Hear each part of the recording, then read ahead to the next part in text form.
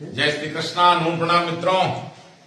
आज सर्दी को मौसम है कि घर में मेहमान बुलाया मैं सुभाष जी कमा गणेश जी नेताजी मुकेश जी सरपंच केरला नाडम और भगाराम जी बीजेपी नेता बेराराम जी एकदम मैन हेड ओसीएम मायावाल लोड साहब और भाई अमराराम जी रमेश जी खावा मनीष जी महात्रा और वे कांग्रेस नेता के नाम बुक जी यार मक्के की रोटी को भोजन बनायो घनी थोड़ा देसी गिर गाय को घी है प्यावर और आप यहाँ औरों को भोजन करा हमारा सब पहला सुभाष जी जिमा मल्लो साहब ठीक देखो अब सरपंच साहब ने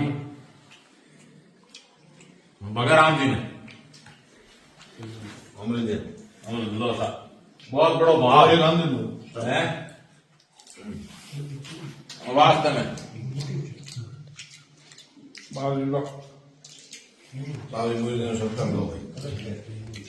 धन्यवाद मित्रों।